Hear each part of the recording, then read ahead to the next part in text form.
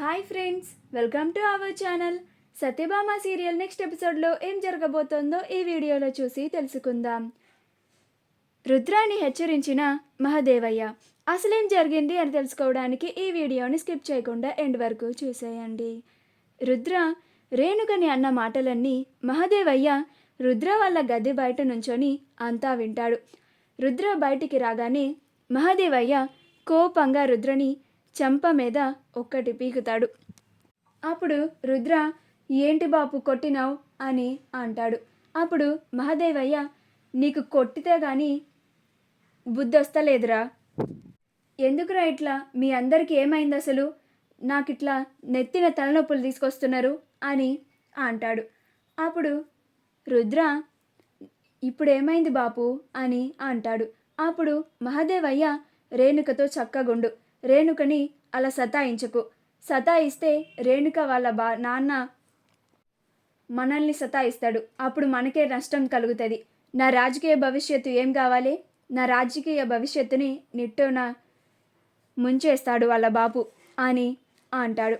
అప్పుడు రుద్ర, ఏ బాపు వాళ్ళ గురించి ఆలోచిస్తావేంది, వాళ్ళంత సీన్ లేదు వాళ్ళకి అని అంటాడు.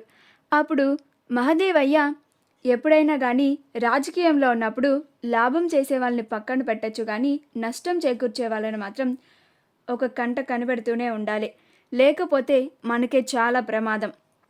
గటు చిన్నగాడిని చూస్తే వాళ్ళ అత్తింటి కుటుంబాన్ని నెత్తిన పెట్టుకొని నాకు తలకాయ నొప్పులు తీసుకొస్తున్నాడు. మీ చెల్లి చూస్తుంటే పుట్టింటి అంటేనే బగ్గుమంటుంది. గిటు చిన్న కోడలన్నా నాకు ఉపయోగపడుతుంది అనుకుంటే ఆమె కూడా నాకు అడ్డుపడుతుంది. నువ్వైనా నాకు అండగా నిలుస్తావని చూస్తే గిట్ల నీ పెళ్ళాన్ని సతాయించి మళ్ళీ నా నెత్తిన ఏ తలనొప్పి తీసుకొస్తావా అని నాకు భయంగా ఉండదురా అని అంటాడు. అప్పుడు రుద్ర, గట్లనే బాపు, ఇక నుంచి రేణుకని సతాయించను, నా వల్ల నీకు ఎటువంటి సమస్య రాకుండా చూసుకుంటా, నేను నీకు అండగా ఉంటా బాపు అని అంటాడు. అప్పుడు మహదేవయ్య, గట్ల మంచిగుండు, నీ నుంచి మాత్రం ఏదైనా సమస్య వస్తే ఊరికే వదిలిపెట్టను అని అంటాడు. అప్పుడు రుద్ర, గట్లనే బాపు, రేణుకతో జాగ్రత్తగానే మాట్లాడతా అని అంటాడు. అప్పుడు మహదేవయ్య, రేణుకని కూడా మంచిగా చూసుకోవాలి, నీ పెండ్లం అసలే కడుపుతోనుంది, ఇప్పుడు ఇలాంటి పరిస్థితుల్లో నీ పెండ్లంకి ఏమన్నా అయితే వాళ్ళ బాపు అస్సలు ఊరుకోడు అని అంటాడు. అప్పుడు రుద్ర, గట్లనే బాపు అని అంటాడు. సత్య క్రిష్ ఎంత పిలిచినా కానీ వినకుండా అక్కడి నుంచి వెళ్ళిపోయాడు అని బాధపడుతూ ఉంటుంది. సత్య ఎంత మాట్లాడాలని ప్రయత్నించినా క్రిష్ మాట్లాడడానికి ఛాన్సే ఇవ్వడం లేదు అని ఇంకా బాధపడుతూ ఉంటుంది. మరుసటి రోజు క్రిష్ సత్య కన్నా ముందే లేచి ఎక్సర్సైజ్ చేస్తూ ఉంటాడు.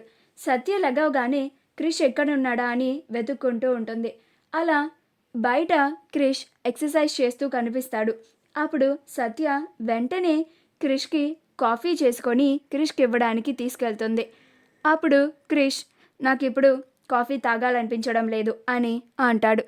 అప్పుడు సత్య, కాఫీ తాగాలనిపించడం లేదా, లేక నేను ఇస్తున్నానని తాగాలనిపించడం లేదా అని అంటుంది. అప్పుడు క్రిష్, పరిస్థితుల్ని బట్టి కొన్ని అలవాట్లని మనమే మార్చుకోవాలి అని అంటాడు. మా వీడియో కనుక మీకు నచ్చినట్లయితే లైక్ చేయండి, షేర్ చేయండి, మా ఛానల్ని సబ్స్క్రైబ్ చేసుకోండి, పక్కనే ఉన్న బెల్ ఐకాన్ని క్లిక్ చేయడం మాత్రం మర్చిపోకండి.